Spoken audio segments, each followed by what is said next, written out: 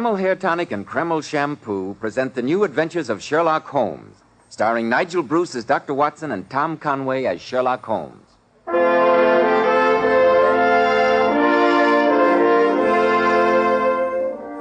Now, once again, it's time for our weekly visit to Dr. Watson, genial friend and colleague of the great Sherlock Holmes. Good evening, Dr. Watson. I trust I'm not intruding? Not at all, my dear fellow, not at all. Sit down, won't you? Thank you. You know, Dr. Watson, I've been struck by the remarkably large number of signed photographs of titled personages and notables that ornament the walls of your study. Mementos of your active career, I presume? Yes, though I must admit most of them are clients of Sherlock Holmes rather than grateful patients of mine. Well, this picture, for instance. Naturally, I recognize the photograph of the late Royal Highness. No names, Mr. Bell. I beg you. Holmes and I always referred to the gentleman in question merely as Mr. Edwards. And what did you and Mr. Holmes do to cause his royal, I beg your pardon, Mr. Edwards, to inscribe his photograph in such affectionate gratitude? Oh, nothing of any great importance, I assure you. Merely that Mr. Edwards had become a trifle entangled, shall we say, with a little dancer at Maxim's in Paris, a young lady rejoicing in the appellation of Frou-Frou. Quite a delightful little bit of fluff, too. I gather that Sherlock Holmes settled the matter to Mr. Edwards' complete satisfaction. Very easily and very discreetly. But it led us into one of the most curious and singular affairs of Sherlock Holmes's career, and one which I don't believe would ever have been solved had Holmes not been a distinguished amateur on the violin. I call it The Adventure of the Genuine Guarnerius. Sounds intriguing, Dr. Watson. But if you don't mind a momentary interruption... Not at all, Mr. Bell. Go ahead. Men, there's a famous saying about locking the barn door after the horse has been stolen. Well, the same applies to the hair. Once bald, bald forever, they tell us. But you can make the most of the hair you've got. And you can't begin too early. That's why I want to tell you about Kreml Hair Tonic. Kreml contains very special hair grooming ingredients found in no other hair tonic. Kreml makes the hair stay better groomed longer, with that natural, greatly desired He-Man look. Never greasy, never sticky. But Kreml does lots more than just keep hair looking handsome. A massage with Kreml actually helps stimulate circulation in the surface of the scalp. Your scalp always feels so alive, so invigorated after applying Kreml. This highly specialized hair tonic also has an excellent lubricating effect on a dry scalp. It makes dry, brittle hair that breaks and falls feel softer and more pliable. So men, buy a bottle of Kreml Hair Tonic at any drug counter. You'll be delighted with its extra advantages. Kreml, Kreml Hair Tonic. Now, Dr. Watson, how about the adventure of the genuine Guarnerius? Well, the British ambassador to France, Sir Hubert Ashley, had invited Holmes and myself to a reception at the embassy in Paris in order to thank us both for successfully concluding the rather delicate affair of Mr. Edwards. The ballroom was a blaze of light. The guests were dancing. By Jove, Holmes, have you ever seen anyone more attractive than our host's wife? I must say that Lady Ashley is really the finest type of English beauty. Sometimes, Watson, I envy you the directness of your mind. What do you mean? When you look at a beautiful woman, you see only beauty. Well, what on earth would you expect me to see? In the case of Lady Ashley, my dear fellow, I notice her elderly husband, her many gallant admirers, and I think, what a motive for murder. Oh, really, Holmes? Ah, Mr. Holmes. I trust our guest of honor is enjoying himself. Very much indeed, Lady Ashley. Mr. Holmes, Dr. Watson, may I introduce a very dear friend, Monsieur Jacques Mériveau, who has known me more years than I care to remember. How do you do, sir? Good evening. Yes, I think I can claim to be Lady Ashley's most devoted cavalier, having first made her acquaintance when she was just over 2 hours old. She wept bitterly the moment she saw me. Yes, but I've been trying to make up to him for it ever since. During the time we're in Paris, Monsieur Mériveau, I've been promising myself the pleasure of a visit to your famous music shop. I should be honored, Monsieur Holmes. I've heard, of course, that you play the violin. Merely as the veriest amateur. Incidentally, I'm looking forward eagerly to hearing Monsieur Drenko play this evening, Lady Ashley. I was unfortunately out of London during the only recital he gave this season. He's a great artist. Yes, he comes from one of those little countries down the right-hand corner of the map, doesn't he? I always heard the fellow's a bit of a burner. You have an opportunity to judge at once, Watson. Our host is approaching with the gentleman in question in tow. Oh, Holmes, there you are. Monsieur Drenko has been asking to meet you. Monsieur Drenko, Mr. Holmes, Dr. Watson. How do you do? How do you do? Holmes. Hubert, if you'll excuse me, I must see to our other guests. Until later, Mr. Holmes, Dr. Watson. Yes, indeed, of course. Dr. Watson and I are looking forward to hearing you play, Monsieur Drenko. I always enjoy an appreciative audience. Tell me, Mr. Holmes, might I speak with you alone for a moment? Come along, Marivaux. You promised me your opinion on that 83 champagne. It's a sound vintage, but I find it... Well, Monsieur Drenko? I said alone, Mr. Holmes. I have no secrets from Dr. Watson. Very well, then. It so happens that I find myself in a slight predicament. I thought that with all your experience, you might advise me. As a social favor, Monsieur Drenko? Gladly. If, of course, you would like to come to the tea at my hotel tomorrow and bring your violin to entertain my guests. I beg your pardon. Oh, I understand, Mr. Holmes. We professionals must each respect the other's métier, must we not? It would be preferable. Yes, I told you what sort of fellow he was. Nevertheless, Mr. Holmes, I still ask for your advice, and I will expect to pay the customary fee. You see, I find myself a trifle involved. Only a harmless flirtation, of course, but I did write one or two indiscreet letters to one of the girls at Maxim's, and now the greedy little thing threatens blackmail. Hardly an unusual situation, Mr. Drenko. For myself, for my reputation, I do not care, you understand. An artist is an artist. But there is my wife at home. I must think of her, naturally. You're thinking of her a trifle late, aren't you, old man? So you can see there might be unpleasant results if Frou-Frou were Frou-Frou of Maxim's? You know her? Oh, we're not unacquainted with a young person, eh, Holmes? From my rather brief acquaintance with her, I think the matter may be settled rather simply. Ah, I shall be happy if you will handle the affair. Ladies and gentlemen, may I have your attention, please? Monsieur Drenko, whom we're all very happy to welcome here this evening, will now give us the pleasure of his incomparable music.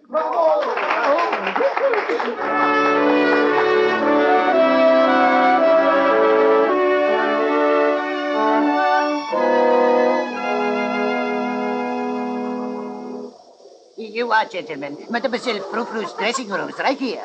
Oh, Papa.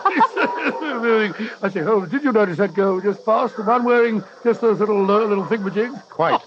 I also notice, Watson, that backstage at Maxim seems to be one place where you not only see, but also observe very closely. Oh, hello, Monsieur Holmes. Good evening. Oh, I have not expected to see you and that cute little Dr. Watson again so soon. But perhaps this time it is pleasure, huh? Not business. Oh, I'm afraid not, Mademoiselle. Mademoiselle Frou-Frou, it was only because I thought the gentleman we have agreed to refer to as Mr. Edwards was at least as culpable as you that I persuaded the French police not to prosecute you in that matter of his mother's jewels. But, Monsieur Holmes, that little matter, we have settled it, have we not? The charge is still pending, mademoiselle, and at a word from me could be followed up. But why should I you? also happen to know that the Marsovian embassy is most curious regarding the attraction which brings Prince Danilo so frequently to Paris. That also does not concern me at the moment. Assuming, of course, that you return at once all the letters that were written to you by Monsieur Drenko, and that you cease from molesting him in any way. Oh, mais je comprends très bien. Oh, I see. Well, Monsieur Holmes, since you have put it so convincingly, I am rather tired of listening to a soulfully played violin. Monsieur Drenko may have his letters back. Here they are. Thank you, mademoiselle. I knew you were a sensible girl. Good night. Good night, Et si jamais je vous revois, ce sera trop tôt, je vous l'assure. And now what? And now for a good night's rest. And in the morning, we can report to Monsieur Drenko the satisfactory solution of what was perhaps our simplest problem. Well, I hope you charge him a stiff fee, Holmes. I still say that the fellow's a bounder.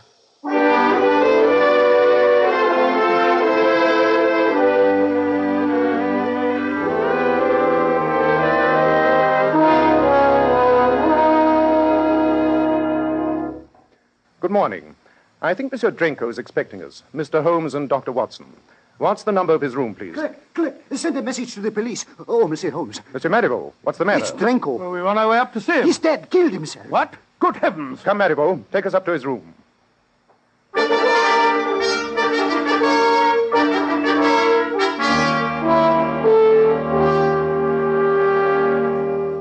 The man's been dead for more than an hour, Holmes. Yes, no, not more than half an hour. Closer to an hour, I should think. I see. Marivaux, would you please ask that chap we passed, the one who was painting the hall, to step in here for a moment? But of course. Curious. I wonder what could have been Drenko's motive in committing suicide. Here is the painter, Monsieur Holmes. Ah, yes. Tell me, have you been working there all the morning? Oui, monsieur, ever since 8 o'clock. For over 2 hours, in other words. And were you working constantly in sight of this door? Absolutely, monsieur. I heard the gentleman in here practicing the violin for a little while, but he stopped almost an hour ago. Well, that puts the time of death at just about what I thought, Holmes. And you saw no one enter or leave this room during the entire time? No one. Oh, except 5 minutes ago, this gentleman went into the room. A few seconds later, he came running out, calling for the police. Thank you. Your statement has been very clear. You may go now, but better not leave the hotel. No doubt the police will want to question you. Très bien, monsieur. I have never had such a shock in my life, Monsieur Holmes. I came up to deliver a new violin that Drenko had ordered, and when I opened the door and saw him lying there, with his face all twisted up in agony. Yes, the common appearance of cyanide poisoning. Not very pretty, I'll admit. You'll note the characteristic odor of bitter almonds, Watson? Yes, indeed. And here's the empty bottle. Quite. The poison label on it removes any possibility of accident. Now, nobody could possibly have got in or out of the window. It's a sheer drop of 4 stories to the street. Look, Monsieur Holmes, this torn piece of paper. I found it here on the desk. It's his suicide note.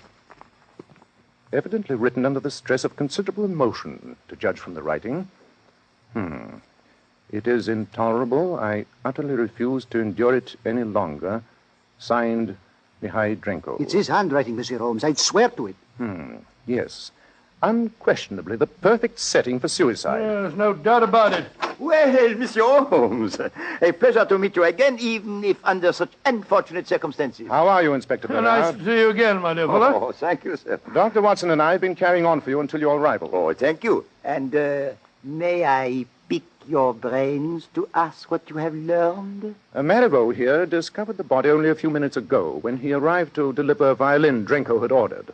The painter you'll find out in the hall has had the room under observation all morning and will assure you that no one else entered or left it. And the fellow stopped practicing about an hour before. Set the time of death pretty accurately.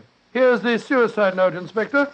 I'm afraid we're presenting you with rather an open and shut case. Oh, well, Dr. Watson, a hard-working officer like myself welcomes the absence of any mystery. And here's the violin that Drenko was practicing on. Let me see it, Watson.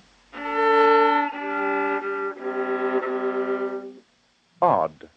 Very odd indeed. You mean odd that Drenko should be practicing the violin until just before he killed himself? No, Inspector. That fact by itself would merely be singular. But listen to the violin on which he was practicing. Sounds all right to me. I confess, Monsieur Holmes, that I find no mystery in a man playing the violin just before he killed himself. Perhaps, Inspector, you may then be able to explain why a world-famous violinist like Drenko should do his practicing on a violin that is most unmistakably out of tune. How should I know what a man would do just before he commits suicide? Suicide? This isn't suicide, Inspector. This is murder.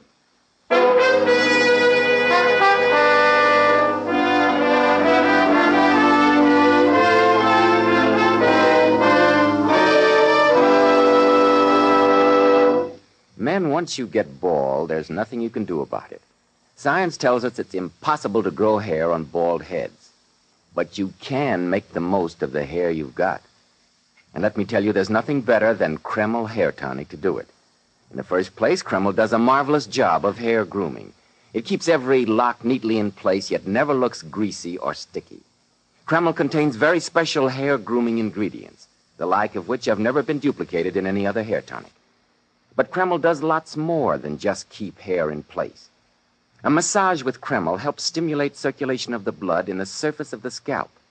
Your scalp feels so clean, so alive, so invigorated. At the same time, it removes loose dandruff. And if your hair is so dry and brittle that it breaks and falls, remember, Kreml actually helps condition the hair, in that it leaves it feeling so much softer and more pliable.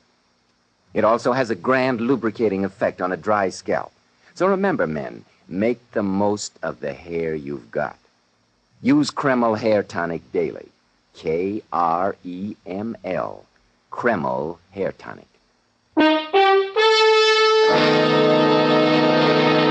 And now, Dr. Watson, what happened in that hotel room when Sherlock Holmes told Inspector Bernard that Drenko, the violinist, had been murdered and had not committed suicide? Well, naturally, Inspector Bernard was rather surprised. As a matter of fact, it seemed to me that he was a bit huffy about it all. But, Monsieur Holmes, you cannot fly in the face of all the evidence we see before us. The bottle of poison clearly labeled, the suicide note unquestionably in his own handwriting, Dr. Watson's medical evidence that the man had been dead at least an hour, and the final confirmation of the man painting in the hall who tells us that no one entered or left this room until a few minutes ago.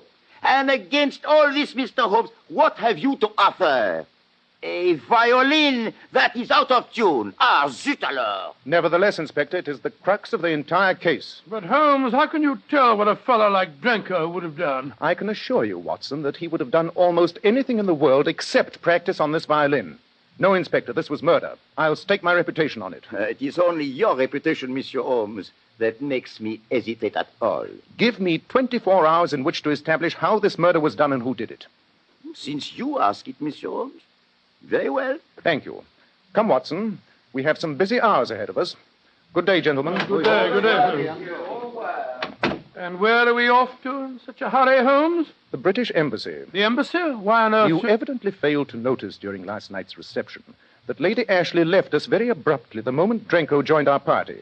Her manner to him verged on rudeness. And that's so unlike Lady Ashley that I feel that an inquiry in that quarter may bear interesting fruit.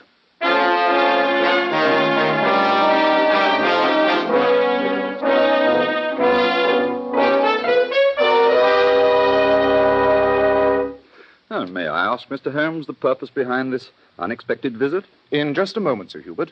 I'd like to have Lady Ashley present when I... Yes, Hubert? My maid said you wanted to talk... Why, Mr. Holmes, Dr. Watson. I didn't know you were here. I'm afraid our visit concerns a professional matter, Lady Ashley. You see, Dr. Watson and I have just come from the room of the late Monsieur Drenko. Is it... the late Monsieur Drenko? I don't understand. Drenko has been murdered, Lady Ashley. Oh. Quick, Watson, catch her. Cynthia. She's quite all right. It's nothing but a faint. If you will just ring for your wife's maid, Sir Hubert. Yes, I'll get her at once. I must say, Holmes, you certainly broke the news rather brutally. She took it pretty hard. Nonsense, Watson. What caused her to faint was relief. That was my object. I had to find out what her reaction would be. Here, Annette.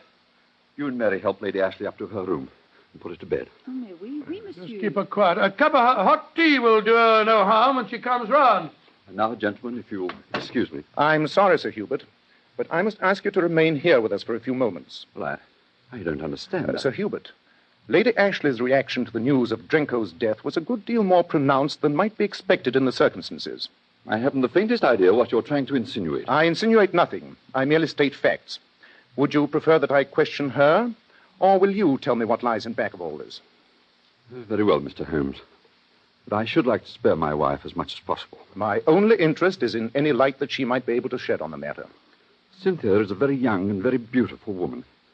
Before we were married, she had, well, how shall I put it, fallen under the spell of this man, Drenko. I asked her no questions, but I know that he continued to have some strange hold over her. I had the impression that she hated seeing him and that he was forcing his presence on her on those occasions when he was a guest in my house. Yes, I still don't believe anyone killed the fellow, but if someone did, it sounds like a good riddance. Unfortunately, Watson, we are not concerned with the equities of the murder, but with its solution. Thank you, Sir Hubert. You've been extremely helpful. Well, justice must be done, Mr. Holmes. But if ever I wished that your great powers might fail, it is now. I have no hesitation whatsoever in saying that I'm infinitely grateful to the murder of that swine Drenko.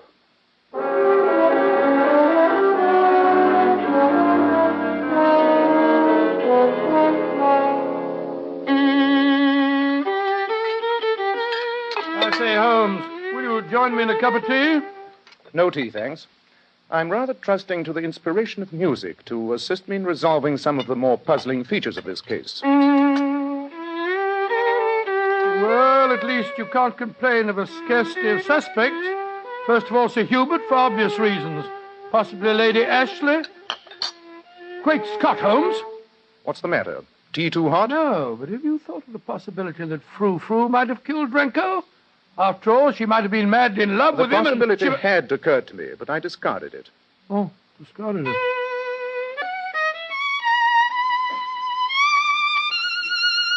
By Jove, look at this glass here on the table.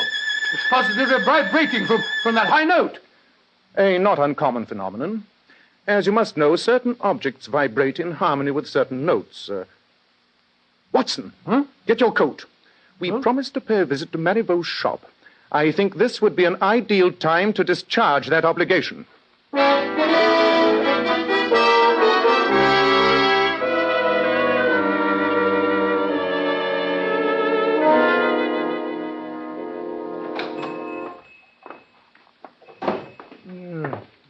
Dingy little place, I must say. Founded 1821, huh? Looks as though they hadn't washed the windows since. But full of priceless treasures. As Marlowe said, infinite riches in a little room. I say, where's Marivaux? I don't like the look of that customer over there, the one with that bushy back beard and theatrical cloak. He looks like one of those bomb-throwing fellows. What you call them, nihilists. You must remember, Watson, that music appeals to oddly assorted people. Well, of course it does. Professor Moriarty, after all, knows no peer in his interpretation of certain of the Bach fugues. Well, Monsieur Holmes and Dr. Watson. Or is this other gentleman waiting? No, I'm in no hurry. It's no wonder the fame of your shop is worldwide, Monsieur Marivaux. I see you have some remarkable instruments. You see about you the fruits of a lifetime of devotion to the violin. I must confess, Monsieur Holmes, that it pains me every time I sell one of my treasures. I can well believe it. And have you made any further progress toward a solution of Drenko's death? I feel safe in saying that my investigation has gleaned a few pertinent facts. Would it be indiscreet for me to ask what they are? Not at all. You yourself were present when I made the curious discovery regarding Drenko's violin being out of tune. And only a short time ago, while I happened to be playing my violin, Dr. Watson made a remark which threw further light on the case. Didn't you, Watson? Oh, yes, of course. I don't know what kind of a violin you possess, Monsieur Holmes, but I'm sure you'll appreciate one magnificent example that I'd like you to try. A Guarnerius, the equal of any Strad I've ever seen. I'm afraid it would be far beyond the reach of my poise. But you at least owe yourself the pleasure, the great experience of playing it. Here it is. Isn't it beautiful? Exquisite. If the tone's as mellow as that varnish... But of course. Why don't you take it into my private office and try it? No one will disturb you here. Thank you. I've never had the good fortune to test a Guarnerius. Dr. Watson, while Monsieur Holmes is amusing himself, perhaps you'll be interested in one of these bows. Bows? Oh, yes, horsehair thing with you, don't they? Bows. There's more to it than that. There is only one family in all Italy, Dr. Watson, that possesses the great secret of making a bow like this one. Yes, it's all very fascinating, Mr. Marivaux, but Holmes must have made up his mind if he likes that fiddle by now. And I know he wants to ask you some questions. He told me that... good heavens, what on earth...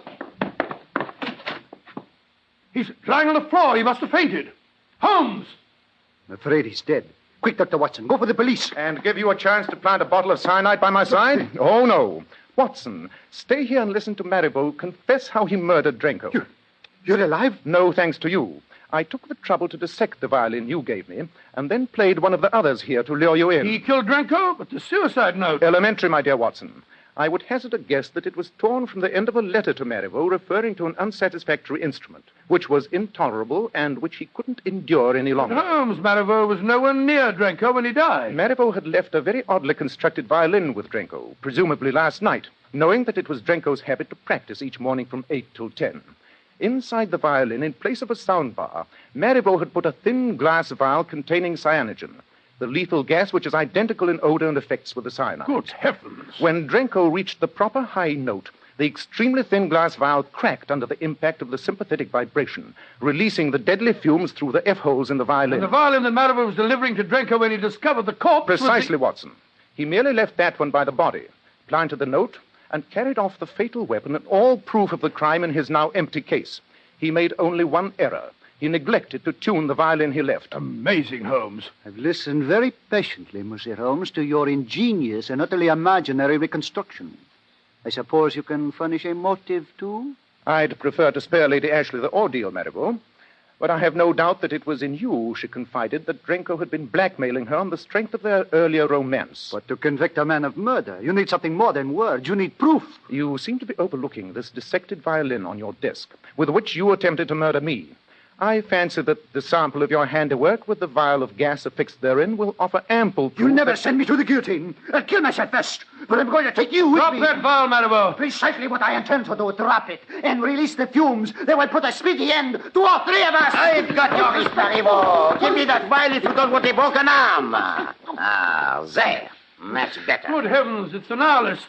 I mean, Inspector Bernard. As you noticed when you commented on his beard and cloak, Watson, the inspector's tastes in disguise are a trifle flamboyant. And now, Monsieur Holmes, I must extend my thanks to you on behalf of the Sûreté. Not at all, Inspector. Your promptness in acting in response to my message undoubtedly saved Watson's life and mine. Thank you. Oh, no, Monsieur Holmes. Thank you. Oh, well, have it your way, Inspector.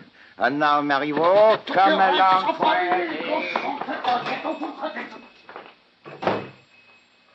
Phew. Rather too close a shave to suit me, Holmes. I say, that fellow Marivaux was very ingenious. Quite. You know, Watson, I have one bitter regret concerning this case. Regret? I find that I have, despite all my protests, ended by acting for Drenko without a fee after all.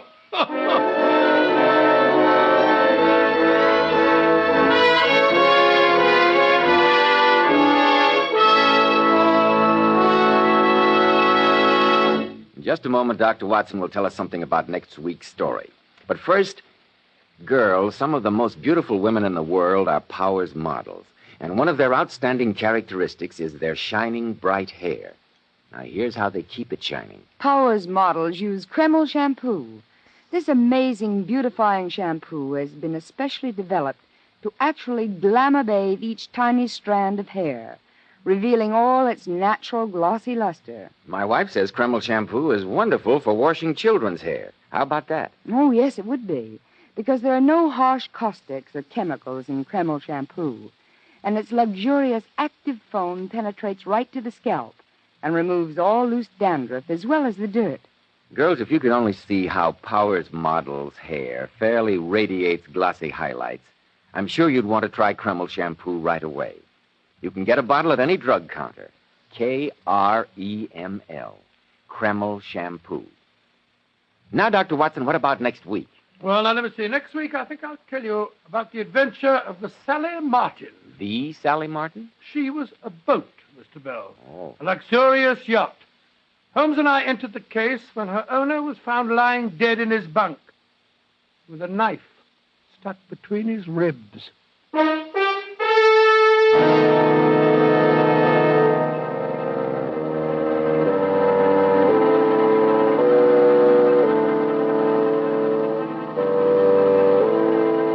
Tonight's new Sherlock Holmes adventure was suggested by an incident in Sir Arthur Conan Doyle's story, The Illustrious Client. Nigel Bruce appeared by permission of California Pictures, Tom Conway through the courtesy of Eagle Lion Pictures. This is Joseph Bell speaking for Kreml Hair Tonic and Kreml Shampoo, and inviting you to be with us next week at this same time when Dr. Watson will tell us about the adventure of the Sally Martin.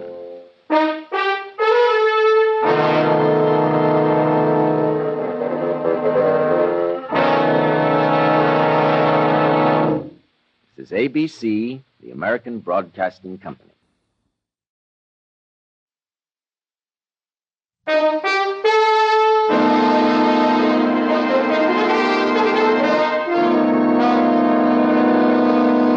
Kreml Hair Tonic and Kreml Shampoo present the new adventures of Sherlock Holmes, starring Nigel Bruce as Dr. Watson and Tom Conway as Sherlock Holmes.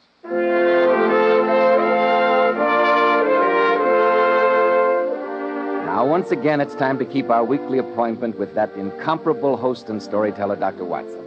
I'm sure he's expecting us. Of course I am, Mr. Bell. So come in, draw up your usual chair, and make yourself comfortable. That's it. Thank you, Dr. Watson. What story are you planning to tell us tonight? Quite an exciting one, I think.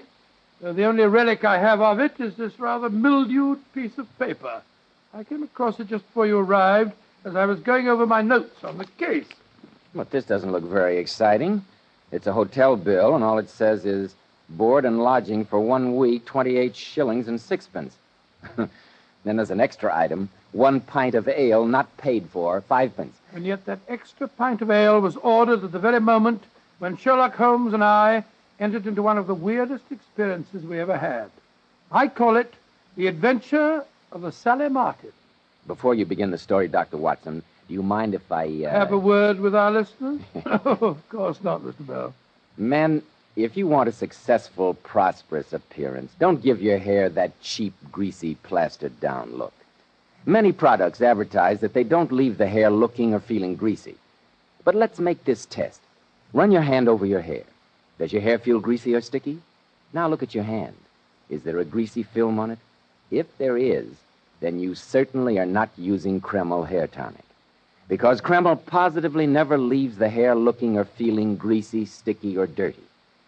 Kreml contains a very special hair grooming ingredient found in no other hair tonic. It makes dry, unruly hair stay in place longer. Gives it such a nice, healthy-looking luster, too. When you use Kreml, you can run your hand over your hair and no grease comes off. Notice, too, how delightfully clean your hair feels. And just see if the ladies don't like that natural, well-groomed look which Kreml always gives. Try it, men. Kreml, Kreml Hair Tonic. Now, Dr. Watson, how about the adventure of the Sally Martin? Well, the story began many years ago in the tiny fishing village of Kingsgate on the Kentish coast. At my insistence, Sherlock Holmes had agreed to take a much-needed holiday, and we were staying for a few days at a small seaside inn known as the Silver Dolphin. The adventure began, I remember, on a foggy, bitterly cold evening. Holmes and I, after a hearty dinner, were seated in the public bar of the inn talking to a garrulous old sailor. Little did we think that even in that peaceful village, dark tragedy was stalking us. Tragedy that very soon was to be brought to our attention. Here you are, Albert. Another pint. Thank you kindly, sir. Here's your very good health, gentlemen. What an amazing capacity. That's the fifth. I can't think where he puts it. I see no mystery there, Watson. Go on with your story, Albert. You just reached the point where the shark had turned on you. Well, gentlemen, I ups on the rail and dives into that raging sea. Pulls out me knife. Oh, really? Where did you get the knife? I thought you said that you'd lost your clothes in the hurricane. Stripped to me middle I was. But I always kept a Bowie knife stuck in me belt. Oh, really? How uncomfortable. Well, when I see the white belly of the shark turning at me, I let him have it. A rip here, a slash there. Ooh, there was blood all over the place. Never saw such a mess. Storytelling's very dry work, gentlemen. I'll order you another pint, Albert. Thank you kindly, sir. Watson, look who's just come in. Oh, it's our old friend Sergeant Dobson, isn't it? Yes, and judging by his expression, the local representative of the law has serious business on his mind. Good evening, Sergeant. Good evening, Mr. Holmes. Evening, Dr. Watson. How are you, Dobson? Can I have a word with you, private-like? Of course you can. Oh, I beg pardon, sir, but you did say something about buying me another pint. Don't worry, Albert. We'll have it sent over for you. Please give Albert another pint, Annie. Put it on my bill. Right you are, Mr. Holmes. Perhaps you wouldn't mind stepping into the private bar, gentlemen. Very well. Now, Sergeant, sit down and tell us what's on your mind. Murder, Mr. Holmes. Great Scott. Who? Where? Well, have you gentlemen noticed the fancy sailing boat that's been moored out in the cove this past week? Yes. I was informed that it was owned by George Byron, the Lancashire cotton manufacturer. That's correct, sir. The boat's named the Sally Martin. And right at this moment, Mr. Byron's lying there in his cabin with a knife in his ribs, deader than a boiled mackerel. Good gracious me. I rowed ashore to send a telegram to the police at Canterbury, but I left a constable to guard the people aboard. Good.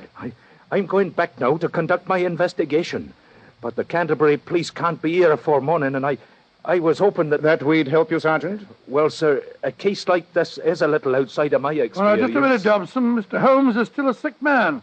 It's cold out and foggy. As his doctor, I forbid... Rubbish. Oh, How can I stay here in the inn while a murder lies waiting to be solved less than a mile away?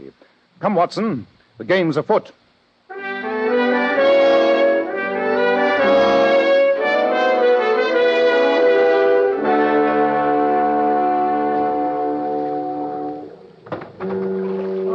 How much further is it, Sergeant? About a quarter of a mile, Well, sir. if we don't get there soon, I won't answer for the consequences. I'm a rotten sailor. Cheer up, Watson. In the meanwhile, Sergeant, suppose you give me as many facts as possible.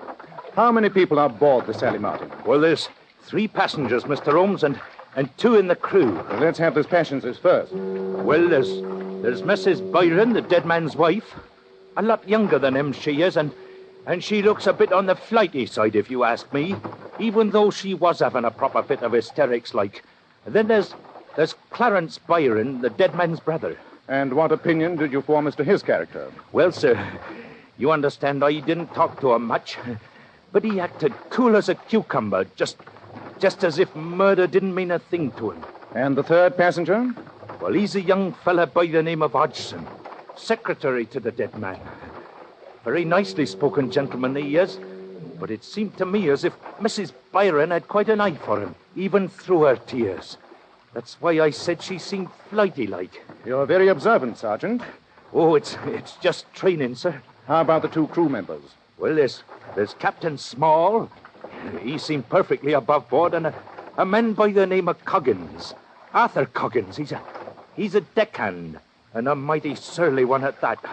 He gave me quite a bit of back chat when I questioned him. Holmes, how much further is it? Barely 100 yards, old chap. Oh, I feel awful. Do hurry up.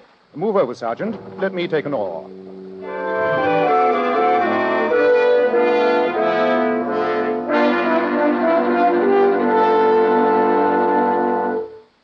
There's the murdered man, Mr. Holmes. That's just how we found him. Very illuminating. Look at that murderous knife. It's buried to the hilt in his chest. Yes, but more interesting than the knife at the moment is the tableau presented in this cabin. What story does it tell you, Watson? Very simple story. Somebody opened the cabin door, came in, and stabbed him. Oh, come now. Surely our years together have made you a little more perceptive than that. I don't see what you're driving at. Well, for one thing, in his right hand is an open book. Oh, been reading? Yes, and the sergeant has told us that the oil lantern beside his bunk was still burning when the body was found. Well, that's right, Mr. Holmes. There's no sign of a struggle. The bedclothes aren't even rumpled. No cry for help was heard. So let us reconstruct the scene. Mr. Byron was lying in his bunk, reading, as you observed, Watson. Oh, quite easy. The door opens. The murderer comes in, the knife hidden in his or her clothing. The victim has no suspicion of his fate because the murderer was someone who could enter his cabin at will. And suddenly, the fatal blow is struck. Then it must have been one of the 3 passengers. I think we may reasonably include the captain. The master of a schooner surely would have the ability to enter his employer's cabin without creating suspicion. Oh, you're right, Mr. Holmes. I think we've seen enough here, Sergeant. Where are the passengers? In their cabin, sir. I told them to wait there until they were sent for. The main saloon's empty. You could see 'em in there nice and private-like. Splendid. Then let's go there, at once.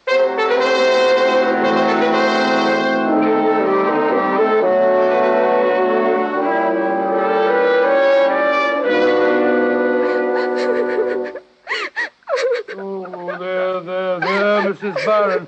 My friend's only trying to help you. Oh, how can he help me? He can't bring poor George back to life again, can he? No, madam. But at least I can try to find his murderer for you. He's right, Mum. So take it easy, like, and answer his questions. Very well. What do you want to know, Mr. Holmes? Can you suggest anyone who might have had the motive for murdering your husband? Oh, 6 men. George made a lot of money. He was a hard businessman. He had many enemies. But none of his business enemies had an opportunity of killing him tonight. His biggest enemy, though I never could make him believe it, is on this very boat now. His brother Clarence. Biggest enemy, his own brother. Oh, come, madam. True. It's true. Clarence sponged on him, has done for years. And ever since I married George, he's tried to be more friendly to me than a brother-in-law should be. Mm-hmm. Just because I was once in the theatre, he seems to think I didn't know how that lady behaves. You were in the theatre? I wonder if you knew a girl who was Daly's. Pretty little thing. Watson, surely this is no time for your theatrical reminiscences. Oh, sorry. Mrs. Byron, are you familiar with the terms of your husband's will? Everything he has comes to me. Huh? Well, that's perfectly natural, isn't it? Perfectly. But in that case, your brother-in-law would hardly seem to profit from your husband's death. I don't know what you're suggesting, Mr. Sherlock Holmes. Do you think I stabbed him? I wouldn't have had the strength. Mrs. Byron, I suggested nothing. But I'm interested to notice that you answer your questions as well as ask them. Well, I'm not staying here to answer any more questions, Mr. Holmes. I'm going back to my cabin. If you want me, that's where you'll find me. No, wait a minute, ma'am. Let her go, Sergeant. And please ask Mr. Hodgson, the secretary, to come in here. Just as you say, sir. Well, upon my soul, she's a fine little thing, isn't she? Just attractive, too. What do you make of her, Holmes? It's hard to say. If one wished to adduce motive, it would be easy. Well, she must be 25 years younger than her husband, and a fortune coming to her. It is death, eh? Precisely. And despite her own statement, a woman would have the strength to stab an unsuspecting man to death. Here's Mr. Hodgson, sir. Thank you, Sergeant. Please sit down, Mr. Hodgson. Yes, Mr. Holmes. This is a shocking business. It is indeed, my boy. I'd like to ask you a few questions. Any questions you like. When did you last see your employer tonight? Shortly after dinner, Mr. Holmes. He was taking a turn round the deck. We chatted for a few minutes, and then I went to my cabin and retired. It was about 9:30 or 9:45. You heard no cry for help, no shout in the night? No, none. The first I knew of the tragedy was when the captain awakened me. Can you suggest who might have had a motive for his murder? Mr. Holmes, that's a little hard to answer. Come now, Mr. Hodgson. Don't hold anything back. You'll have to talk in a court of law, you know. Yes, I suppose so. Well, gentlemen, in my capacity as secretary, I did know that my employer's brother, Clarence, has been borrowing heavily. Only yesterday morning I was compelled to draw my employer's attention to an irregularity in the monthly bank statement. A £500 check had been drawn. The signature was a forgery. And you think that Clarence Barron committed that forgery? Yes, I do, sir. And so did my employer. The two brothers had a terrible row about it. Sergeant, will you be good enough to ask Mr. Clarence Byron to come here, please? Right you are, Mr. O. One very personal question, Mr. Hodgson. Was the relationship between you and your employer's wife a purely social one? As a matter of fact, Mrs. Byron has been very kind to me. Oh, really? My family are dead, and she's taken an interest in me. But I give you my word that it's been purely platonic. Mr. Holmes? Yes, Sergeant Dobson? Mr. Clarence Byron's lying in his bunk, sir. He says he can't come here. He's got a heart attack. A heart attack? That's rather convenient, eh, Holmes? Yes, Watson. And it's also convenient that there's a doctor aboard. Let's go and see him, shall we?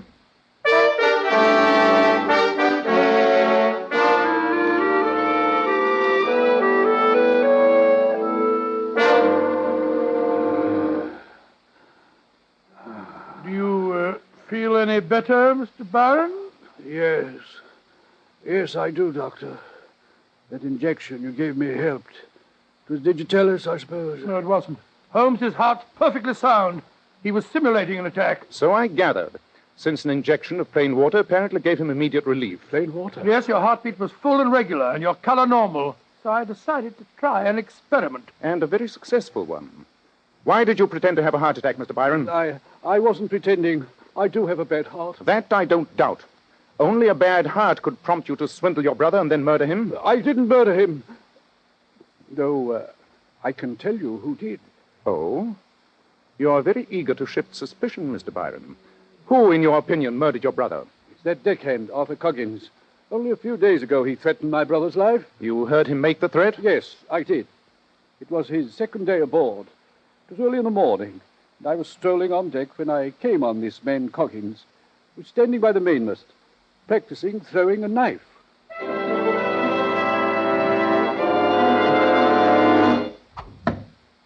You're pretty handy with a knife, Coggins. What's that? I said you're pretty handy with a knife. Yes. I know how to use a knife. Do you think you're going to like being on this ship? No. Not if I don't get treated like a human being. Just yesterday, the owner yells out to me, "Here, you, whatever your name is, treating me like dirt. Whatever your name is. Can't he find out my name? I'm as good as he is."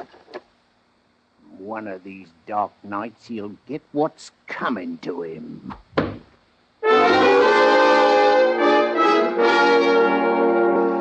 That's what he said, Mr. Holmes. And he looked as if he meant business. He's an expert with a knife, you say. Holmes, do you think it's possible that Coggins threw the knife through a porthole into the dead man's cabin? Yes, Watson, it's possible. Your story was interesting, Mr. Byron, though, of course, entirely uncorroborated. I think we'll go and talk to the captain and see if he can supplement your information.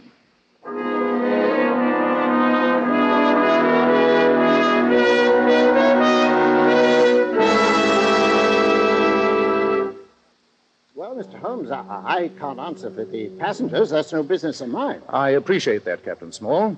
But you'll answer for your crew, no doubt. That I will, sir. And this man Coggins is a no good if ever I saw one. Insubordinate, surly, always talking about how he's as good and better than those who employ him. And why did you engage him, Captain? I didn't, sir. That was arranged by my employer, Mr. George Byron. If I had my way, Coggins would have gone back ashore the first day he stepped aboard. Where are his... Great Scott! Was that a revolver shot? Well, it sounded like it. And it came from the forecastle. Mr. Holmes! Mr. Holmes! This way, Sergeant. Good heavens! Why, it's Coggins. With a smoking revolver in his right hand. He's committed suicide. Yes. Very convincing, isn't it? His head is sprawled on a piece of foolscap. A confession note, no doubt. Yes, it is. Look at this. I killed him, and with my record, I knew you'd catch me, so I took the quick way out. Case is solved, Holmes. On the contrary, Watson, it's becoming more involved. If you look closely, you will realize that we now have 2 murders to solve instead of 1. And somewhere on this boat, a murderer is still at large, and may strike a 3rd time.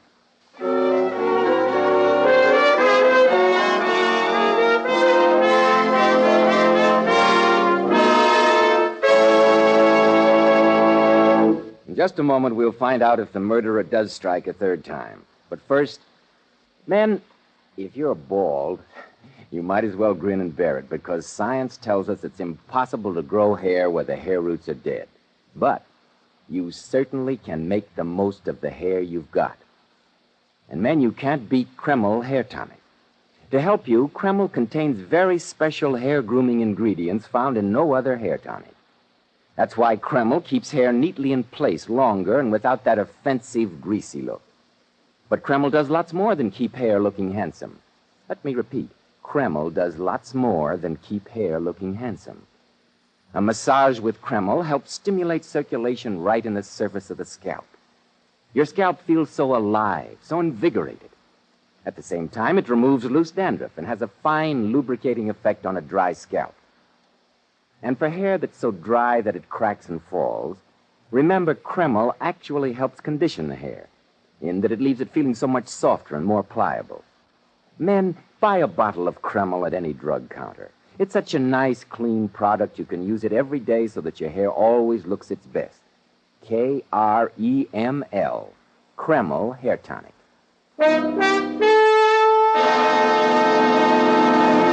So, Dr. Watson, the apparent suicide turned out to be another of the murderer's victims. Yes, Mr. Bell. Holmes at once sent Sergeant Dobson to check the passengers while the 3 of us stood in that tiny cabin, an oil lamp swinging above us and shedding a strange glow on the macabre scene. I asked him why he was so positive that it wasn't suicide. You will notice, Watson, that the revolver is in Coggins' right hand. Yes, Holmes, I don't see what... Then ignore the right hand and observe the left. A deckhand is accustomed to hard manual labor. Notice the calluses on his left hand and the freedom from them on the right. By Jove, he was left-handed. Yes, he was, Mr. Holmes. I've noticed him at work. Again, you'll observe the shot entered his head from behind the right ear. A remarkable feat of dexterity for a left-handed man. And the murderer had the note ready, shot Coggins from behind, but made the mistake of placing the revolver in the wrong hand. Precisely. But this note, obviously in disguised writing, poses another problem. What does the phrase, "and with my record, I knew you'd catch me," mean? He must have had a police record. But why volunteer the information? I wonder if the murderer had a reason... Captain, you said that Coggins was engaged by Mr. George Byron. Well, sir, he told me about the new man, but I don't know that he interviewed him personally. Where was he engaged? At the Seamen's Hostel here in the village. Oh, what are you getting at, Holmes? Surely it's obvious, Watson. If this man Coggins had a police record, his murderer might have deliberately placed him on this boat knowing he would be suspected. Yes, it's possible. But the question is, who engaged him? Well, Sergeant? All 3 of them in their cabins, Mr. Holmes, and swore they hadn't left them. And yet we know that one of them must have slipped down here and shot Coggins. Lock them in their cabins, Sergeant. Keep good watch on them. Dr. Watson and I are going ashore. Ashore? Why, Holmes, when the murderer's here on this boat? Because I'm convinced that the clue to his identity lies waiting for us at the Seamen's Hostel. Where is the place, Sergeant? And who runs it? Old Ma Jenkins. It's the house just next to the Red Lion on the quayside. Splendid. Watson, we're taking this note and rowing ashore. Another trip in that filthy rowing boat? Must we, Holmes?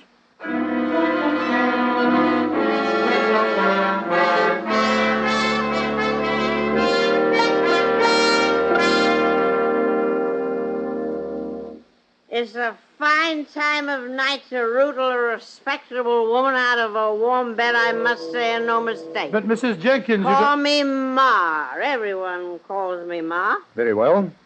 We've come to you because you're the one person who can help solve 2 murders that took place on the Sally Martin tonight. Murder? Come into me parlor. I'll light the lamp. There. Now, what's this you say happened aboard the Sally Martin? the owner, Mr. Byron, was stabbed to death about 10 o'clock tonight. Later on, a seaman by the name of Arthur Coggins was killed, too. Arthur was killed. You knew this man, Arthur Coggins? Of course I did. Over a year he's been staying with me. He couldn't get a ship because of his record. What record was that? He brought his ship's papers to me. They all do when they're out of a berth. The last ship he was on 2 years ago it was, he got mixed up in a knife fight. Oh, did he? Alaska was killed and Arthur arrested. They couldn't prove he was guilty, but he hasn't had a berth since because it was written in his papers. That fits into your theory, Holmes. The murderer engaged him deliberately, knowing his record. Exactly. Mrs. Ma, That's me. do you recall the name of the man who interviewed Coggins? No. The man who engaged him for the Sally Martin? No. But it's here in my book. It's the last entry I made. Here it is. Clarence Byron. The brother. There's our man, Holmes. Could you describe the appearance of Mr. Byron, Ma? No, I can't say I remember much about it. He was all muffled up. He was a nice-spoken gentleman, though. You can recall no clue to his identity? It's worth a sovereign to you if you can. A sovereign? Well, let me think hard. Yes, there's one thing I do remember. He had a gold signet ring on his right hand. Splendid, Ma. Watson, the case is solved. Of course it is. Clarence is the man. May I congratulate you on your powers of observation, Watson. Ma, here are 2 sovereigns for you. 2? But you The said... extra one is for the privilege of borrowing this registry book of yours for a few hours. No. I'm taking it back to the Sally Martin with us so that we may compare the handwriting in it with that of a murderer.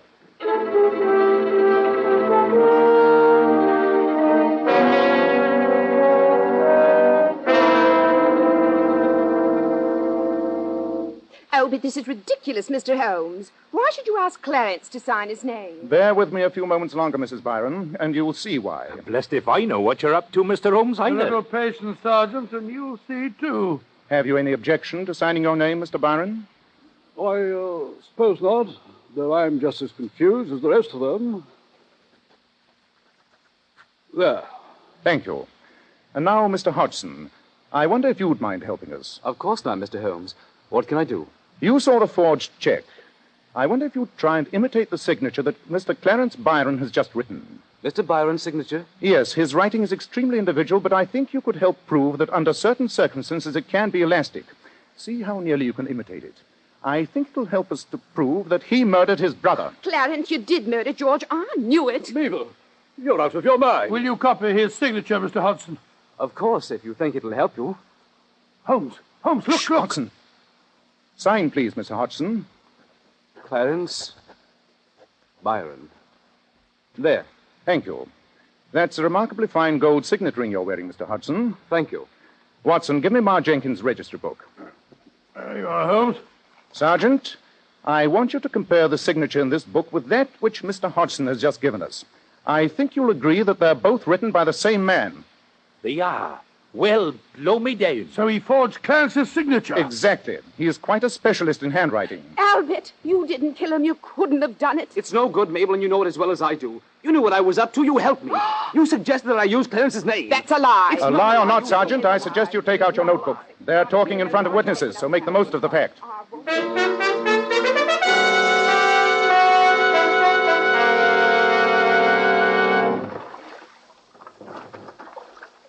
The sun's coming up, Watson. Yes, the sea's calmer, Higgins. A very satisfactory start to a new day. The confessed murderer and his accomplice, both of them safely in the care of the police. Yes, I was convinced until we found him murdered that Coggins, the The deckhand was the guilty party. Exactly what you were meant to think. I thought that as he was an expert knife thrower, he could have thrown one through a porthole into the dead man's cabin. No, Watson. Both portholes were at the head of the bunk, but the knife wound was from the underside of the heart and upwards. It would have been impossible to have thrown the knife through a porthole at such an angle. Yes, I can see it all now. Young Hodgson, coveting his employer's wife, planned a knife murder and then engaged Coggins, knowing that with his record, he'd be the logical suspect. Yes, but like so many murderers, he tried to be too clever. He left enough clues to hang himself half a dozen times Why over. did Clarence pretend to have that heart attack? The nervousness of a person who knows himself to be under suspicion.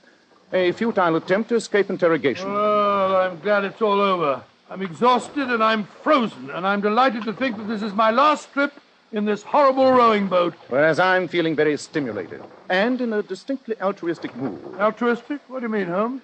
If you'll observe the flurry of excitement at the quayside, the figures in blue serge that are at this moment embarking in boats, you'll realize that the police from Canterbury have just arrived. I still don't see how altruism comes into the picture. I intend to claim no credit in the solution of this crime. And in consequence, I see little reason why our old friend Sergeant Dobson should not very soon be known as Inspector Dobson.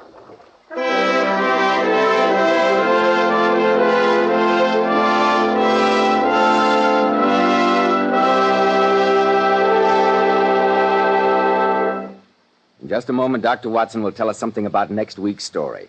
But first, girls, if you want to really make a hit with the boyfriend, here's a beauty tip right out from here in Hollywood, and one which Lovely Powers models were among the first to discover. Give your hair a 10-minute glamour bath with Kreml shampoo.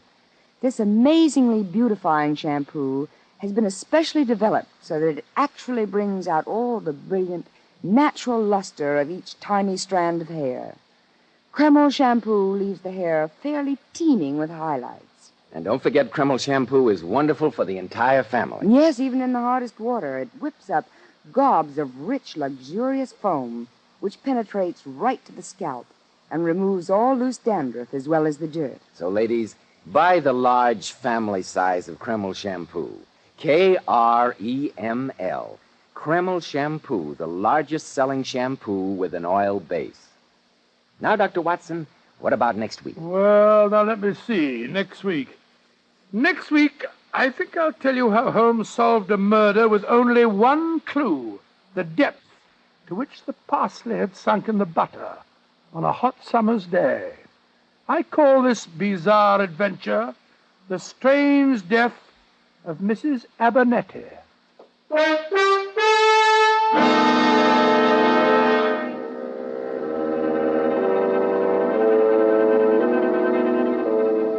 Tonight's new Sherlock Holmes adventure was suggested by an incident in Sir Arthur Conan Doyle's story, The Reigate Puzzle. Nigel Bruce appeared by permission of California Pictures, Tom Conway through the courtesy of Eagle Lion Pictures. This is Joseph Bell speaking for Kreml Hair Tonic and Kreml Shampoo, and inviting you to be with us next week at this same time when Dr. Watson will tell us about the strange death of Mrs. Abernethy.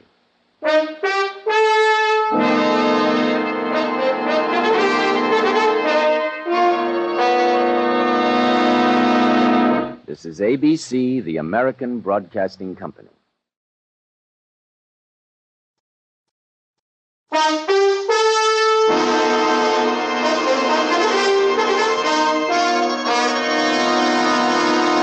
Kreml Hair Tonic and Kreml Shampoo present the new adventures of Sherlock Holmes, starring Nigel Bruce as Dr. Watson and Tom Conway as Sherlock Holmes.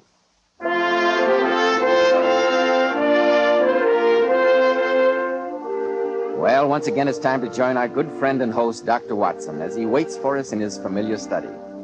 Good evening, Dr. Watson. Good evening, Mr. Bell. Well, are you all set for tonight's new Sherlock Holmes adventure? Yes, my boy, I'm all set, as you put it. I was looking over my notes on the case before you arrived, and I came across this. It played an extremely prominent part in tonight's story. Well, what is it, Dr. Watson? It looks like a dried leaf of some kind. In its younger days, Mr. Bell, it was a sprightly sprig of parsley. Dr. Watson, I know you have the habit of collecting odd mementos from your cases, but a sprig of parsley. And yet, my boy, this withered piece of greenery enables Sherlock Holmes to solve one of the most diabolical murders that we ever encountered. The strange death of Mrs. Abernethy. Well, this I've got to hear, but first of all... Oh, I know, Mr. Bell. I know you have a message for our listeners. Every man who wants to get to the top should realize how much neatly groomed hair adds to a man's appearance. And I'm sure you'll be interested in hearing how so many of America's most prosperous and successful men keep their hair looking so attractive. They use Kreml hair tonic. And it's easy to see why. Because Kreml contains precious hair grooming ingredients found in no other hair tonic. This is why Kreml gives a man's hair such a natural, well-groomed look. It keeps it in place longer, too. Yet Kreml never leaves hair looking or feeling greasy or sticky. Never leaves it feeling stiff as a board. Just make this test, men. After you apply Kreml, run your hand back over your hair. Notice how delightfully clean your hair feels. Notice how no grease comes off on your hand. Your hair always looks like a million and feels like a million when you use Kreml. Kreml. Kreml hair tonic. Now, Dr. Watson, how about the mystery of the withered parsley and the strange death of Mrs. Abernethy? Well, Mr. Bell, at the time I'm talking about, this parsley, just like myself, was a great deal younger. Oh. But to get on with my story, Holmes had just concluded his amazing investigations in the affair of the Reading bicycle pump murder, and we decided to stay for a few days in the nearby beautiful village of Pangbourne. The weather was surprisingly generous for an English summer, and on our second day, Holmes and I had gone for a stroll along the towpath of the River Thames. Holmes was in an extremely morose mood that day, I remember, as we walked back towards our hotel. The country's beautiful here, Holmes. Yes, I suppose it is. Oh, come. Look at the red and gray roofs of the cottages, and the farms peeping out through the trees over there. So peaceful and soothing. I'm afraid it has the reverse effect on me, Watson. That's the curse of having a mind like mine. Oh, how do you mean, Holmes? I observe everything with reference to my own special subject. You look at those scattered houses and are impressed by their peace and beauty. I look at them and think how easily crime may be committed there. Good Lord, who'd associate crime with a spot like that? It's my opinion, Watson, based on experience, that the lowest and vilest alleys in London do not present a more dreadful record of sin than does the smiling countryside. What a morbid thought. The reason is obvious. The pressure of public opinion can do in the city what the law cannot accomplish. There's no lane so dark that the scream of a tortured child or the thud of a drunkard's blow does not obtain sympathy and help from some neighbor. But look at these lonely houses. Think of the deeds of hellish cruelty, the hidden wickedness, which may go on year in, year out in such places and no one the wiser. Upon my soul, Holmes, you're in a particularly depressing mood. Hello. Look at this fellow running towards us. Must be crazy. Imagine galloping along a towpath on a hot day like this. From his expression, I think we may reasonably assume that he's not doing it for the exercise. Excuse me, but is one of you gentlemen Dr. Watson? Yes, sir, I am. And this is Mr. Sherlock Holmes. Oh, how do you do, sir? Mr. Holmes. How do you do? My name is Gareth Abernethy. I heard that you were staying in the village. I went to your hotel, and they told me that you'd gone for a walk in this direction. I presume you need a doctor's help. Yes, I do. Dr. Watson, I know you're on a holiday, but well, naturally, I'm at your service, sir. What is wrong? Oh, perhaps we could start walking back to the inn. My horse and trap are there, and I'll tell you about it as we go. My mother's just had a bad heart attack. We live at Holmby Grange, a few miles out of the village. I'd like to drive you out there at once, But Doctor. surely if you live here, you must have a family doctor. Well, he's in London for a few days. I see. Tell me, Mr. Abernethy, what were the symptoms of your mother's heart attack? Well, she said she was taking her usual nap before lunch. She started to go to sleep and suddenly woke up crying that she was going to die. Said her heart seemed to stop beating entirely for a few moments. Well, has she had these attacks before? Well, I can't tell you much about it. The family says that for her age, she's been in very good health. I've been abroad for a few years. In China, I observe, Mr. Abernethy. Yes, I went out there as a war correspondent covering the Boxer Rebellion. But how did you know? The fish that you have tattooed immediately above your right wrist could only have been done in China. That trick of staining the fish's scale a delicate pink is quite peculiar to that country. That's amazing, Mr. Oh, Holmes. it's not so amazing as all that. It's just a certain facility for observation, sir. For instance, from what you told me of your mother's symptoms, I should say that her lips are bluish, that she runs out of breath when walking upstairs, and the veins in her cheeks are unusually pronounced.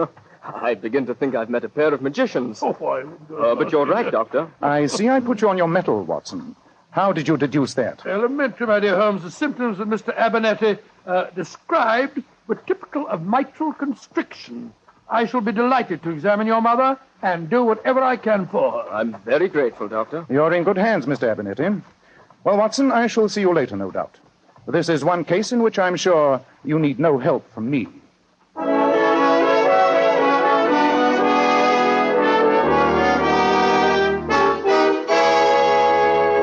Well, Dr. Watson, I'm not much of a one for doctors.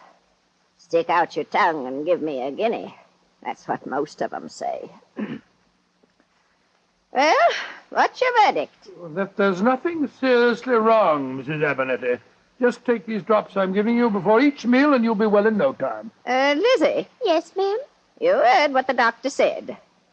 Now try and stop your wool gathering long enough to see that I get those drops. Yes, I won't forget. You'd forget your own name if the butcher's boy was to ring the bell, though, wouldn't you? Yes, I mean, no. You can leave the room, Lizzie. Yes,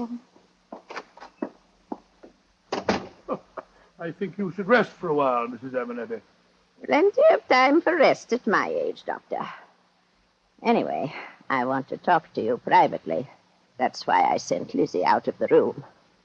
I want you to bring your friend Sherlock Holmes here to lunch tomorrow. Sherlock Holmes? But how did you know that... That he was in the village? There's nothing new in the village or anywhere else going on here that I don't know about, Doctor. Now, will you bring him? I've got something very important to discuss with him. Really, ma'am, I don't think of the state of your heart that you... Oh, what was that filthy medicine you gave me? Oh. It's made me sleepy. Well, that was its purpose, madam. My family think I'm going to die. They're waiting for it. Hoping for it. Oh, rubbish, rubbish, rubbish. You're not going to die, madam. We'll fool them, Doctor, won't we? We'll fool them. Oh, who is it? Now, Mrs. Abernethy. I'll go to the door. Oh, Doctor, I came to see how Granny was getting along. I'm Rose Abernethy. I'm Dr. Watson. How do you do, my dear? Who is it, Doctor? It's me, Granny. I came to see how you are. Take the doctor downstairs, Rose. Give him some tea and introduce him to the rest of the family. He's got bad news for them. I'm going to live.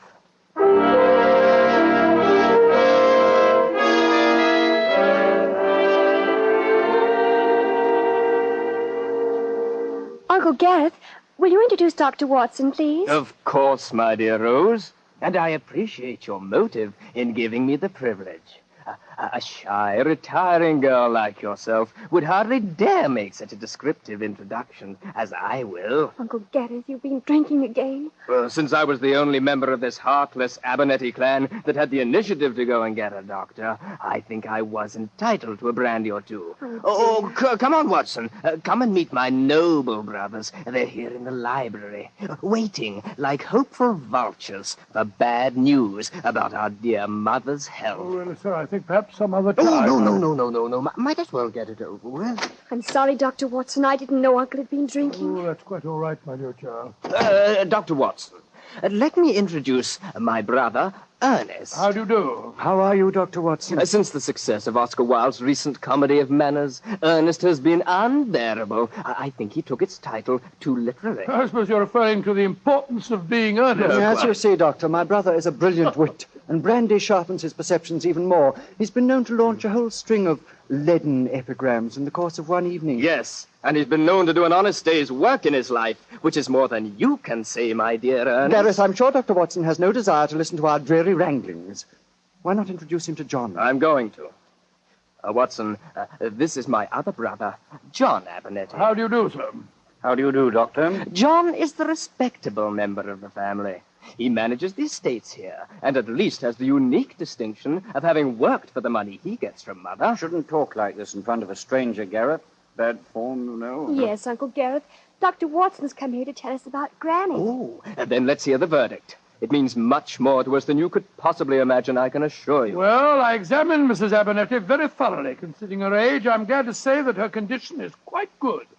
I've prescribed digitalis for her, and she should pull through very nicely. In fact, I see no reason why she shouldn't live to be 100. Oh, Uncle Ernest, that was one of our nicest wine glasses. Look at us, Watson. You give us the best possible news, and look at our faces. Don't you realize that this whole family is waiting for one thing? My mother's death?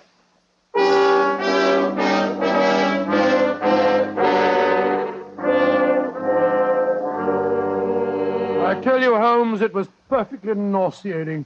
I must say they sound like a peculiarly unattractive family. Well, except the granddaughter Rose, she's a sweet little thing, but the others are a bunch of good-for-nothings. Undoubtedly. And yet my reaction to what you've told me is one of intense curiosity. As I remarked earlier today, the quiet countryside, beneath its external beauty, cloaks some of the vilest happenings. Well, I admit the atmosphere in that household is vile, all right. And think of the potential tragedy smoldering there. A wealthy matriarch who controls the purse strings. 4 relations living there and praying for one thing, her death. No, Watson, with such a setting, my curiosity is overpowering. Then you will call on her? If you think she's in good enough condition to see me. Attempts may have already been made on her Well, life. normally I'd suggest postponing it for a day or two, but if you think that she's in danger, Quite. I feel... Watson, tomorrow we shall call upon the lady and see what can be done to help her.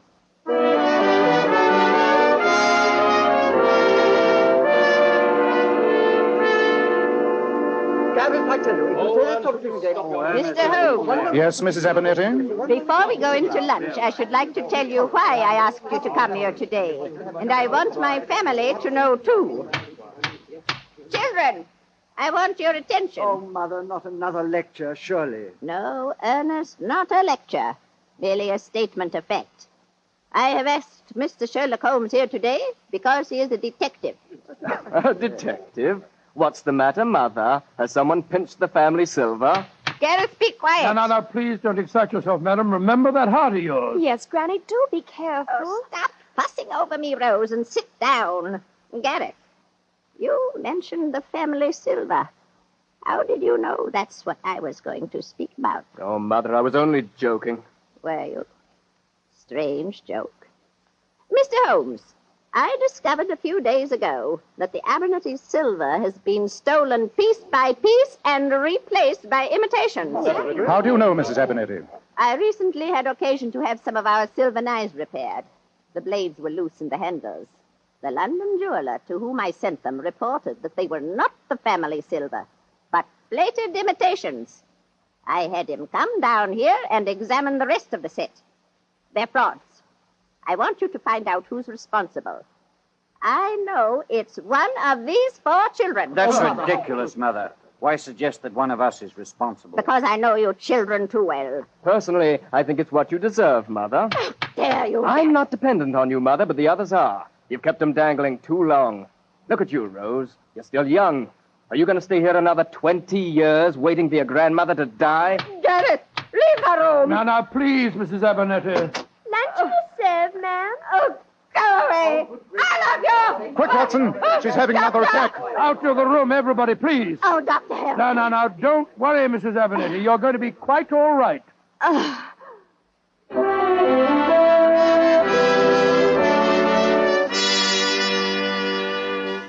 Are you feeling better, Mrs. Abernethy? Yes, Mr. Holmes, I am. That digitalis soon pulled you round, didn't it?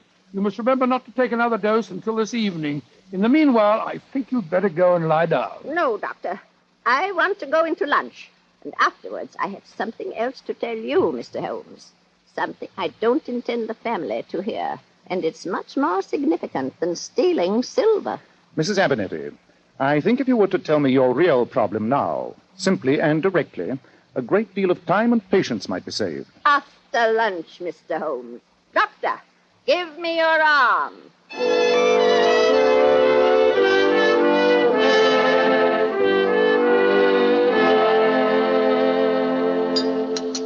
Excellent lunch, I must say. And the conversation has had all the sparkle and gaiety of a funeral oration. Well, since you've entirely monopolized the conversation, Gareth, that's not very surprising. Stop wrangling, you two. Got guests. Bad form, you know. Mr. Holmes, do you care for some more Coffee? Thank you, Mrs. Abernethy. I'd like another cup. Granny, what's wrong? Your hand's shaking so. Doctor! Granny! Quick, Dr. Watson. Mrs. Abernethy! Help me with Mother. Holmes! She's dead. Then I must assume a different mission than the one I came here to perform. I suggest that you all leave this room, and that one of you sends a servant for the police.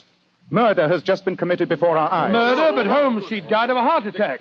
When death is so intensely desired by 4 persons present? No, Watson. I'm afraid I can't assume a verdict of natural death. In proof, I suggest you notice the depth to which that parsley has sunk in the butter. I repeat, send for the police. Oh, now.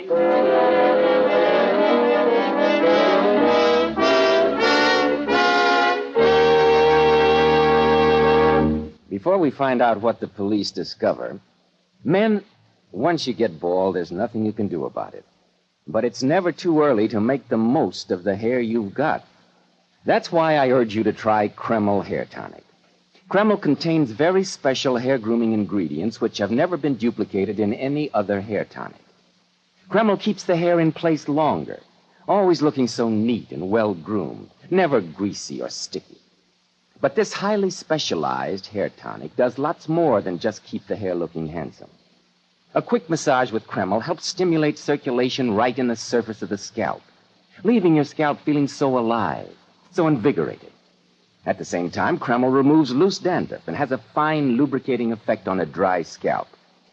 And if your hair is dry and breaks and falls, Kreml actually helps condition the hair in that it leaves it feeling so much softer, more pliable.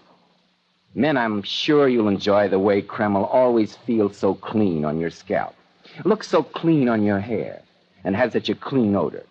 How it helps give you such a handsome, clean-cut appearance. Buy a bottle at any drug counter. Kreml, Kreml Hair Tonic.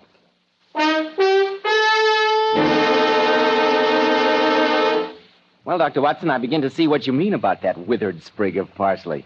But I still don't understand what it had to do with the death of the old lady. Well, more did I, Mr. Bell, at the time, but Sherlock Holmes soon explained it to me.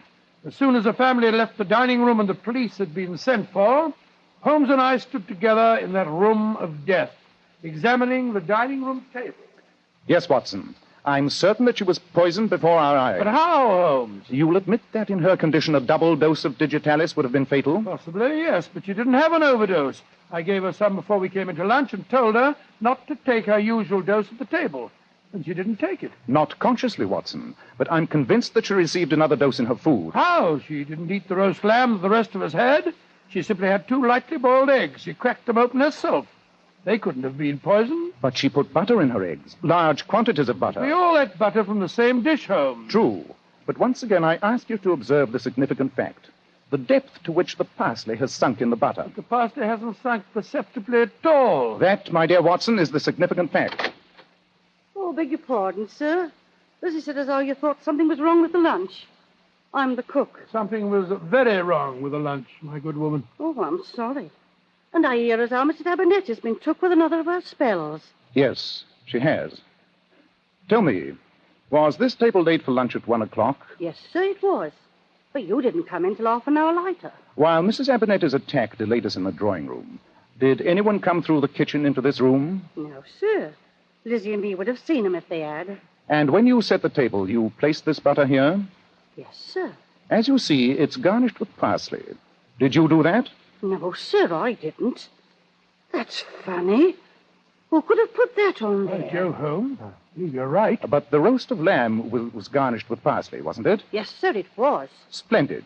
I'm much obliged to you. I hope the mistress finds better soon, sir.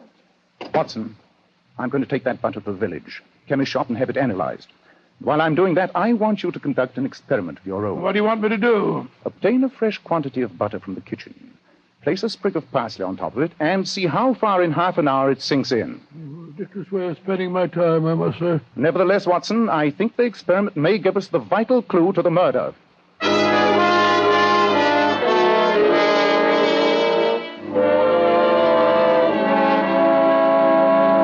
Well, Holmes, and what did you find out at the chemist? It was as I suspected, Watson. The butter was thoroughly impregnated with digitalis. And yet we all ate some of it. True, it would not produce any effect on a normally healthy person. In the case of Mrs. Abernethy, however, 2 doses in quick succession were fatal. Great Scott. What was the result of your experiment, old chap? Well, in half an hour on a blazing hot day like this, parsley sinks quite noticeably into the butter. Therefore, it was placed there shortly before we came in late to lunch, not when the table was set. But what was the motive? The butter had been shaped by a mold. It was patterned on the top. The murderer used a hypodermic needle to inject the digitalis, and he had to hide the holes made by the needle.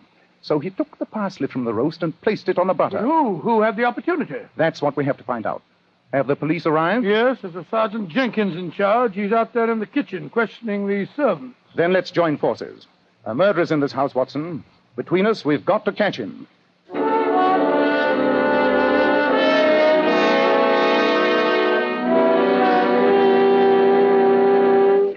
Mr. Holmes, I've questioned everybody. The cook, Martha, says nobody came in through the kitchen when lunch was waiting on the table. And yet we know somebody did, Sergeant. Well, perhaps they came through the window. I checked that too, sir. The gardener was working in the rhododendron bed outside. He said no one went in that way. And the only other entrance to the dining room was the door leading into the library. Oh, I checked on that one too, Mr. Holmes. Mr. John Abernethy and his brother Ernest were playing a game of chess there. They swore that no one went through that door. Well, it looks as if no one could have tampered with the butter. Whereas we know they did. Sergeant Jenkins, you've been very thorough in your examinations. But one of these witnesses is lying. We must talk to them again.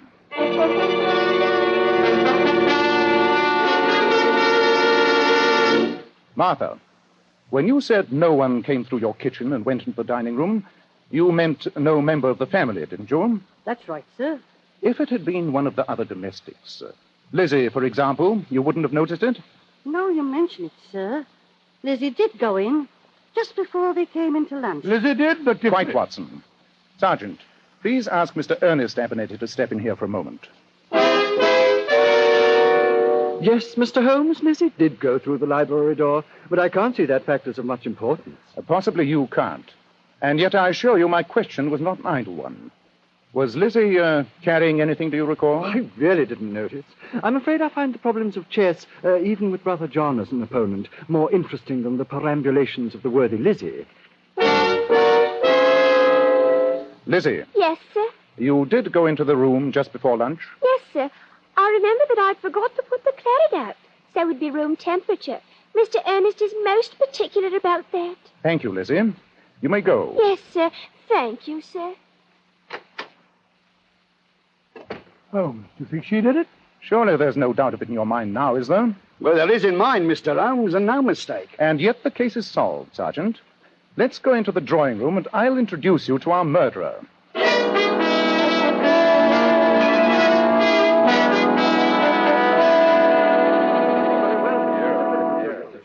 And so, ladies and gentlemen, you can all see now how the murder was committed. But by Lizzie? But that doesn't seem possible, Mr. Holmes.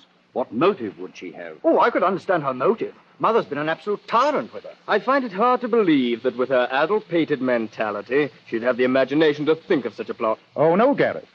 The man responsible for this murder is you. Uncle Gareth! Oh, this is ridiculous. I did not say the murderer. I said the man responsible. But Holmes, what on earth are you driving at? Gareth, by his example in finding a job and going abroad, caused one of his other relatives to become disgusted with the life of a parasite.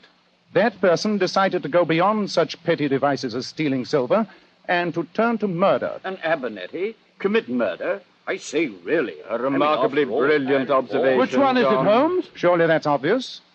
2 witnesses, the cook and Ernest, at first swore no one had entered the dining room. Then, when I asked a question based on one of the elementary flaws of direct evidence, each admitted that Lizzie had entered. Lizzie herself admitted it, Mr. Holmes. Very true. She told us in detail how she had entered the dining room once. But the witnesses had her entering twice. The cook saw her come through the kitchen door, and you, Ernest, admitted that she had passed you through the library door. Someone else had realized that same flaw of evidence, that no employer really notices the actions of a servant. Someone else had entered that room in the maid's uniform. And who is the only suspect who could have done that? By George, Rose Abernethy. The shy and retiring Rose? Yes, I killed Granny.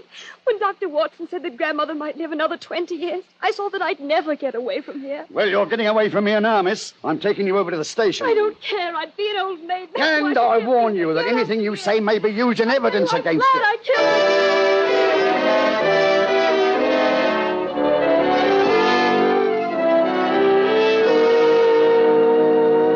What a shocking case. I'm glad we're headed back to our hotel and never have to see that Abernethy family again. We'll have to make a brief appearance at the trial of the girl, I'm afraid. I still find it hard to believe that quiet, shy little thing was capable of conceiving such a devilish murder.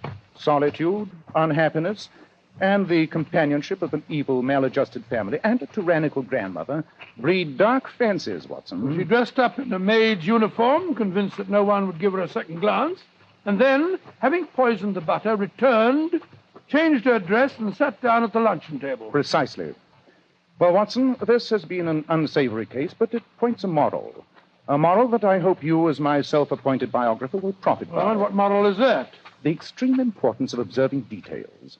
Miss Abernethy would not now be on her way to a prison cell if I hadn't noticed one vital clue. The depth to which the parsley had sunk in the butter.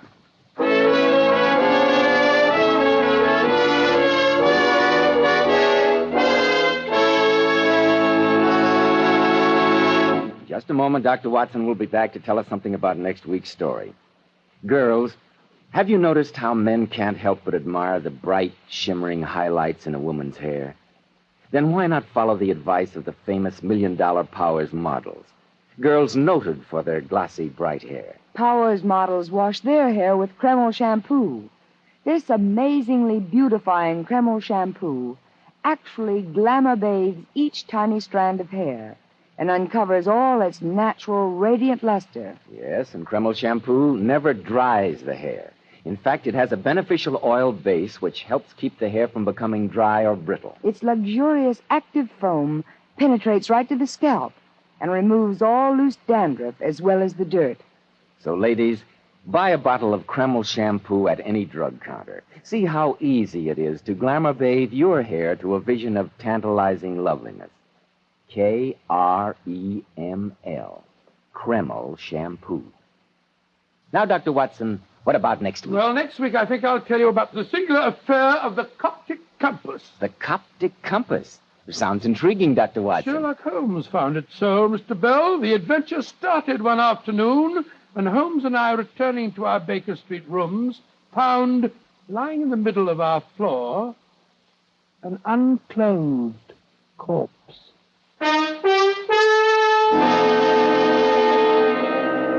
Tonight's new Sherlock Holmes adventure was suggested by an incident in Sir Arthur Conan Doyle's story, The Six Napoleons. Nigel Bruce appeared by permission of California Pictures, Tom Conway through the courtesy of Eagle Lion Pictures. This is Joseph Bell speaking for Kreml Hair Tonic and Kreml Shampoo, and inviting you to be with us next week at this same time when Dr. Watson will tell us about the singular affair of the Coptic compass.